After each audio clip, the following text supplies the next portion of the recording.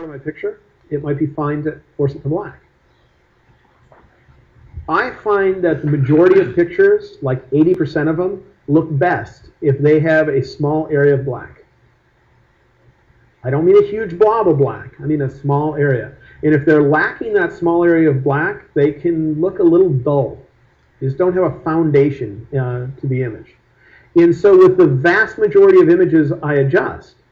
When I'm done and I think the image looks good as a whole, I glance at the histogram, see if there's a gap on the left, and I go to my black slider and I move it down until that gap goes away. I hold the Option key, click on that black slider, and I see where it's being forced to black. And I make sure it's not big. It's not like this. You see how big that is? Instead, it's a speck. It's a little bitty area. It's not, so little bitty would be more like this. And I find that improves most images.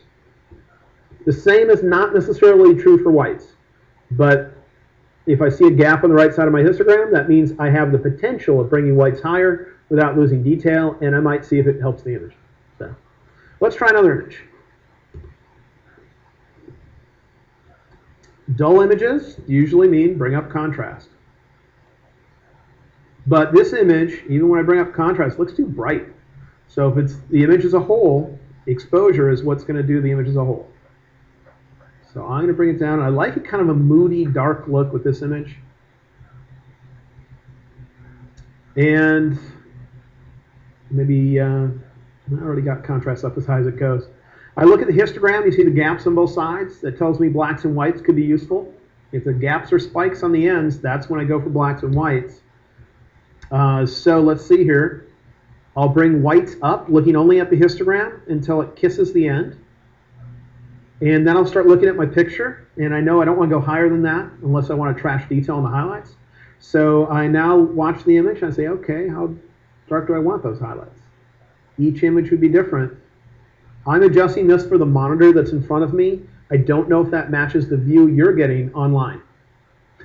All I can see is this one monitor. If I look at the screen that's behind me, it's similar, but on the screen that's behind me, I don't know if you guys can see my setup, I see much darker shadows on the screen behind me than I see here. So depending on what view I have of my image, I would adjust it differently. That's why it's good to have a calibrated screen, an accurate one.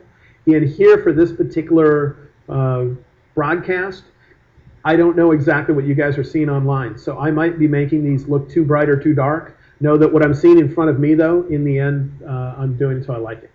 So. All right, let's see. On this one, I'm going to do blacks now because there's a gap on the left. I'll bring blacks down until it kisses the end. And yeah, I like it when it gets down there. Most images benefit from a small amount of black, so I'll hold down Option, grab that slider, bring it further until I see the littlest bit of black show up. Okay. And then there's other things I can do in here. We haven't talked about clarity. Clarity also can increase contrast, but it does it in a different way. Clarity emphasizes the textures in your image.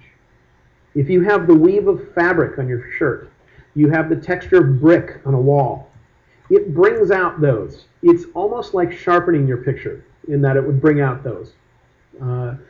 If you happen to be used to sharpening pictures in Photoshop with something called unsharp mask, some of you would be, some wouldn't, it would be like having the radius setting set really high and leaving the amount relatively low. If you're not used to sharpening in Photoshop, ignore that statement. Just don't worry about it. But clarity can make things pop more. So I might bring up clarity to get more definition in there.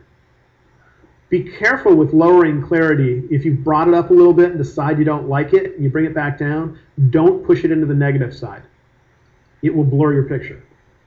So unless you want a blurry picture, leave clarity in the positive range, 0 or positive.